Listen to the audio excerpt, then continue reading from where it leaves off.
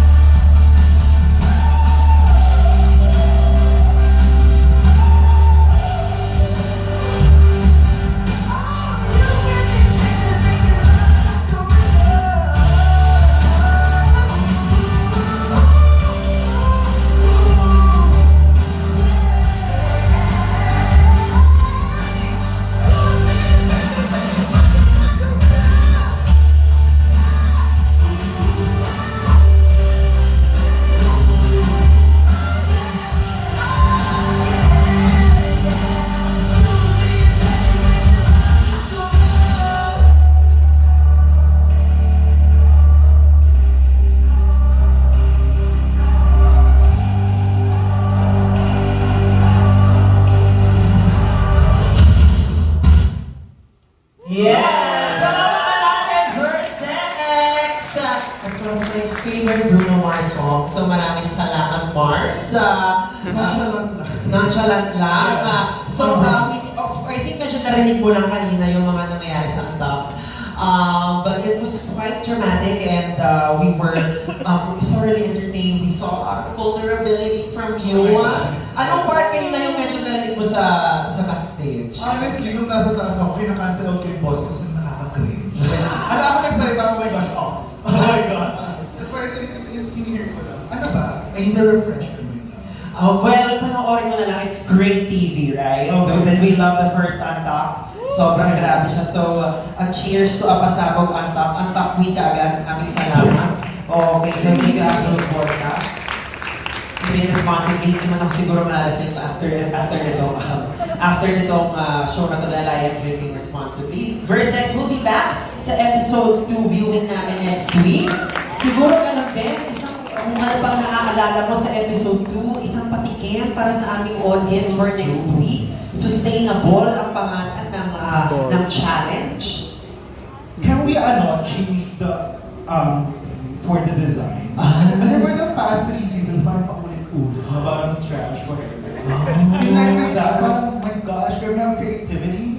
Ooh, okay, and just like that, she is not done with Untucked, y'all. Yes, I'm sorry, my gosh, no comment. It's the ADHD. Well, we love you for giving us great sound bites. But maraming salamat, Ver, and we'll see you next week. Palakpakan po natin si Versex, everyone! From Drag Race Philippines Season 3, maraming salamat. Our team will be taking a